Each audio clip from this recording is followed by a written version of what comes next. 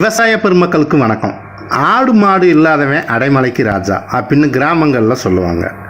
அந்த அளவுக்கு மழை காலத்தில் கால்நடை பராமரிப்பு கஷ்டமானதுங்க.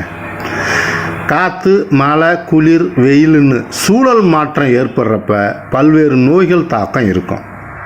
ஆனால் மழை காலத்தில் கூடுதல் கவனம் செலுத்துறது ரொம்ப முக்கியங்க.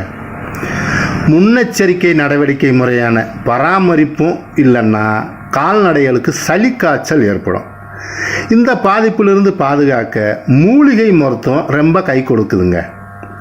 சரிங்க, நம்ம ஆடு மாடுகளுக்கு சளியுடன் கூடிய காய்ச்சல் இருந்துச்சுன்னா அதை கட்டுப்படுத்த மிளகு, சீரகம், வெந்தயம் ஒவ்வொன்றிலையும் தலா 5 கிராம் வீதமும், 10 கிராம் மஞ்சள், ஒரு பல்லு பூண்டு, துளசி இலை, முருங்கை இலை தலா ஒரு கைப்பிடி அளவும், தூதுவளை இலை 2 இலை, ஆடாதோட இலை 2 இலை, ஓமவல்லி இலை 2 இலை, இதையெல்லாம் ஒரு 1/4 மணி நேரம் ஒன்றா சேர்த்து தண்ணியில் ஊற வச்சு அதுக்கு பிறகு அதை வடிகட்டி அரைக்கணும்.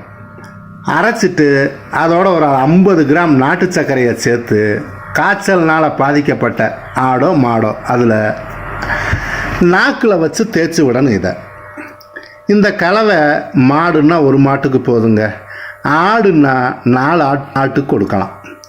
தினமும் 2 வேளை வீதம் 3 நாளைக்கு தொடர்ந்து கொடுத்தோம்னா மழை காலத்தில் ஏற்படக்கூடிய சளி காய்ச்சல் குணமாகும். இப்போ நம்ம ஆடு மாடுகளுக்கு மழை காலங்களில் சளி காய்ச்சல் இருந்துச்சுன்னா நம்மளேவும் செய்யக்கூடிய மூலிகை மருத்துவம் பற்றி தெரிஞ்சுக்கிட்டிங்களா? நன்றி, வணக்கம்.